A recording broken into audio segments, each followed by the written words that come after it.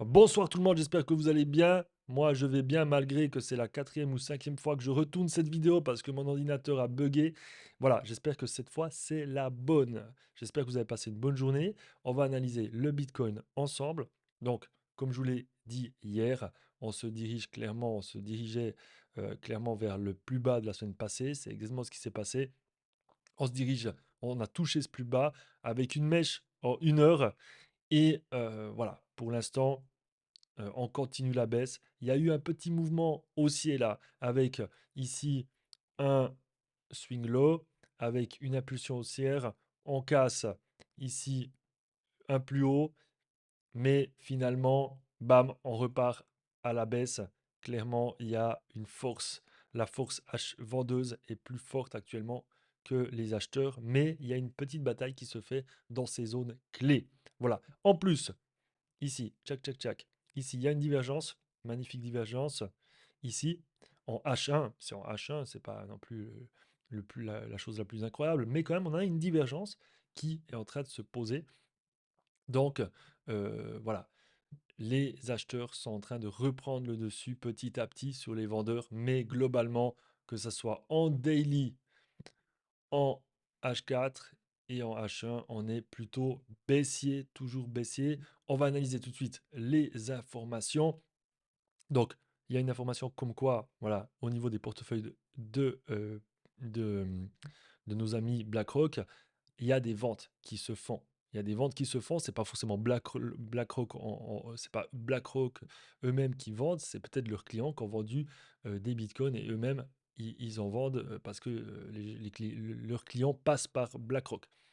Voilà. Ensuite, les autres news. Ici, on voit que la part de réserve des entités américaines, la part de réserve des bitcoins des entités américaines ont atteint un nouvel ATH, désormais 65%, et les 65% supérieurs à celle des entités non américaines.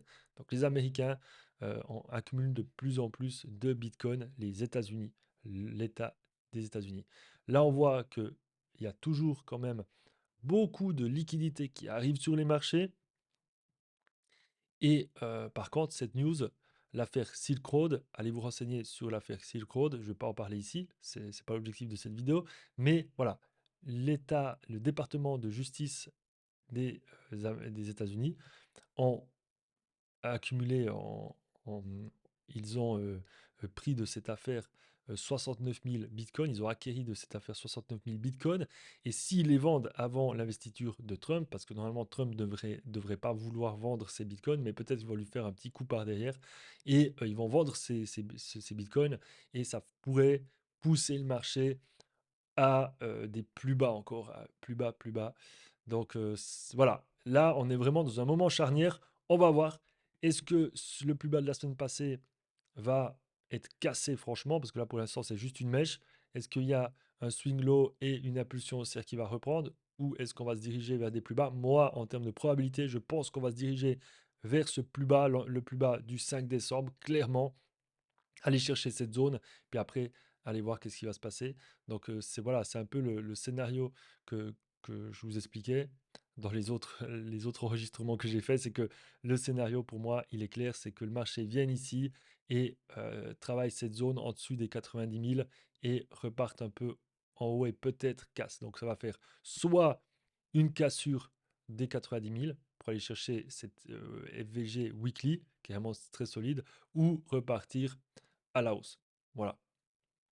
Mais pour moi, on se dirige clairement, en termes techniques, on se dirige clairement vers des plus bas, à part s'il y a vraiment beaucoup de capital qui arrive en même temps dans ces zones parce qu'ils se disent, voilà, ça hésite, c'est trop dur de pousser le marché, donc on réinjecte, on est dans un prix bas, les acheteurs sont trop forts. En tout cas, en termes techniques, on baisse, et en termes fondamentaux, pour moi, il y a beaucoup plus de news positives que de news négatives.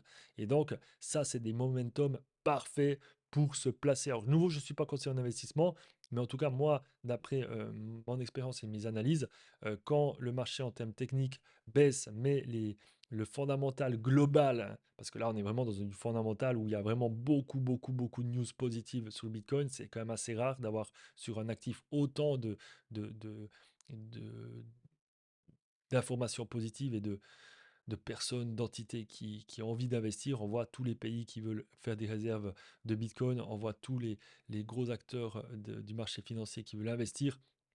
Il y a quand même pas mal de news positives. Il y a même le Salvador qui ont racheté du Bitcoin. Voilà. Donc ça, voilà, beaucoup de news. Il y a encore cette news qui est intéressante. Il y a eu 250 millions d'USDC qui ont été mintés. Et ça veut dire quoi? Ça veut dire que, qu'est-ce qu'on peut en tirer comme information? C'est que bah, il y a beaucoup de gros acteurs du marché qui ont changé des monnaies fiat en USDC, en USDC. Donc ils se préparent clairement à investir sur les marchés. Donc il y a la liquidité qui se prépare actuellement. Donc voilà un peu mon analyse. Analyse pas trop longue. Alors pour moi, clairement, et ça n'engage que moi, qu'est-ce qui est en train de se passer? Je vous l'ai déjà un peu expliqué, mais je le réexplique. Pour moi, il y a vraiment une volonté de pousser le marché vers le bas pour acheter dans des zones de prix vraiment confortables, plus des, disons des zones de prix plus basses tout simplement, parce que le marché globalement sur le long terme est très haussier. Voilà. Même Michael Saylor, il l'a dit, hein, c'est tout à fait normal ce genre de mouvement et lui il est très content parce que toutes les semaines il recharge et voilà, si ça casse toutes ces zones, je vous l'ai déjà dit, les prochaines zones c'est ces FVG daily ici. Et voilà, il y a beaucoup de panique. Je vois beaucoup de gens paniquent. Ils sont là, mais pourquoi ça baisse? Pourquoi ça baisse?